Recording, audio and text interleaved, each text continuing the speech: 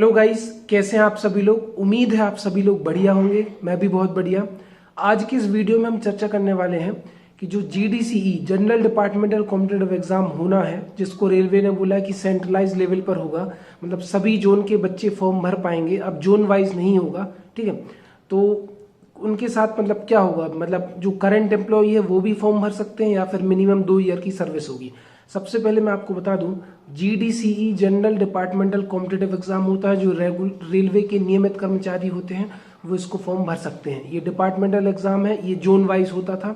ठीक है, और इस जोन में जैसे जैसे मान के चलो WCR में जबलपुर मंडल, कोटा मंडल और भोपाल मंडल आता है, तो तीनों के उम्मीदवार फॉर्म भरते थे। और ये RRC करवाता था, रेलवे रिक्रूटमेंट सेल, जो कि जैसे जिसने ग्रुप डी का एग्जाम करवाया था। अब लेकिन ये RRB करवाएगी, सेंट्रलाइज लेवल पर होगा, ऐसा नोटिस आया था और 15 जुलाई को नोटिफिकेशन की बात की गई थी। लेकिन अभी हुआ क्या है कि कुछ जोन के नोटिफिकेशन आए हैं, जैसे कि बिलासपुर जोन का आया है, तो उसमें उन्होंने क्या कहा है कि मिनिमम 2 ईयर की सर्विस होनी चाहिए। कैंडिडेट रेगुलर एम्प्लॉई है और उसकी मिनिमम 2 ईयर की सर्विस हो जाए। तो इसका क्या मतलब है, क्या जो रेलवे के करंट एम्प्लॉई हैं जिन्होंने अभी अभी ज्वाइन किया है, क्या वो बाहर हो जाएंगे, उनको जीडीसी देने का मौका नहीं मिलेगा। जैसे अपने WCR जोन की मैं बात करूं, जिस जोन में मैं पोस्टेड हूं, वेस्ट सेंट्रल रेलवे, उसमें अभी 2 बार जीडीसी का फॉर्म निकला है। जब हम लोगों ने ज्वाइन किया था सितंबर में, तब निकला था और अभी फिर से निकला है। तो इस बार का असिस्टेंट लोको पायलट मैंने भी भरा है, लेकिन उसमें मिनिमम 2 ईयर्स की सर्विस नहीं थी। और जो अभी बिलासपुर जोन का है उसमें मिनिमम 2 ईयर्स की सर्विस हुई। तो ये दोनों बातें क्लैश हो गई। या तो आप क्या करिए कि सभी जोन्स में 2-2 ईयर की सर्विस का क्राइटेरिया रखिए, या फिर किसी में मत रखिए।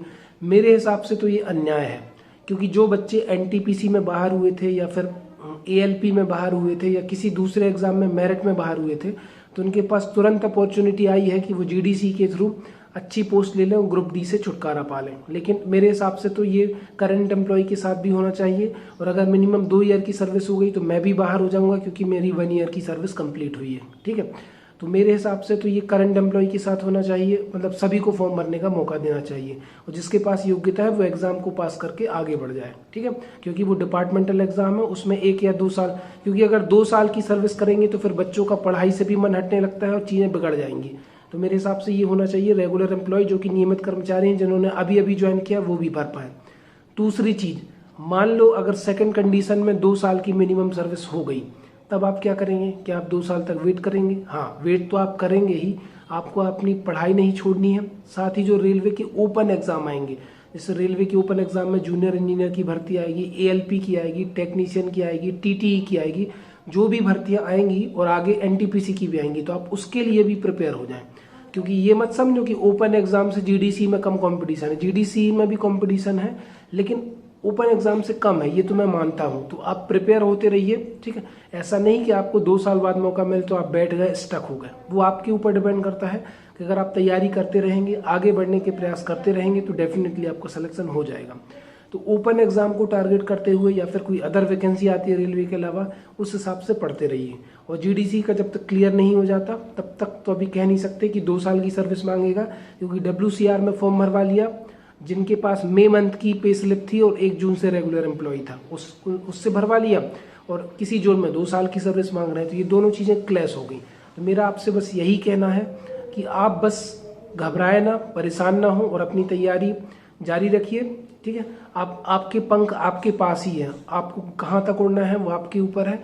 ये रेलवे डिसाइड नहीं करेगा कि GDC का एग्जाम आएगा तभी आप कोई परीक्षा पास कर पाएंगे। पढ़ते रहिए, आगे बढ़ने के प्रयास करते रहिए। अब होता क्या है, किसी किसी पोस्ट में पढ़ने का कम टाइम मिलता है, तो देखो मैनेज तो आपको करना पड़ेगा, क्योंकि अगर आपको भगवान ने डिफिकल्ट लाइफ दी है ना, तो उसका मतलब यह है कि यहाँ से आपको वो जल्दी निकालना चाहता है, या ऐसे मैसेज दे रहा है कि आप यहाँ से जल्दी आगे बढ़ जाइए। ठीक है, तो प्रयास करते रहिए, आगे बढ़ने के प्रयास करिए, और आई होप आप लोग जल्दी अच्छी पोस्ट पर पहुंचेंगे जो प्रयास करता रहेगा, ऐसा मेरा मानना है। तो अगर वीडियो आपको बढ़िया लगा, देखो अभी तक क्लियर नहीं हुआ है कि GDC में 2 ईयर की सर्विस मांगेंगे या फिर करंट एम्प्लॉय भी भर सकते हैं। तो जब तक ये पॉइंट क्लियर नहीं हो जाता तब तक घबराने की जरूरत नहीं है। और मेरे हिसाब से मैं सपोर्ट करता हूँ कि जो रेलवे के नियमित कर्मचारी हैं जिन्होंने अभी अभी ज्वाइन किया है, उनको भी GDC देने का मौका मिलना चाहिए। ध्यान रखना, जो RPF रेलवे पुलिस फोर्स या RPSF RPSF के एम्प्लॉय हैं, उनको GDC का एग्जाम देने का मौका नहीं मिलता। ठीक है, तो अगर आपको मेरा वीडियो बढ़िया लगा तो ज़्यादा से ज़्यादा लोगों को शेयर करिए। चैनल पे नए हैं तो चैनल को सब्सक्राइब करिए। मिलते हैं नेक्स्ट वीडियो में। धन्यवाद।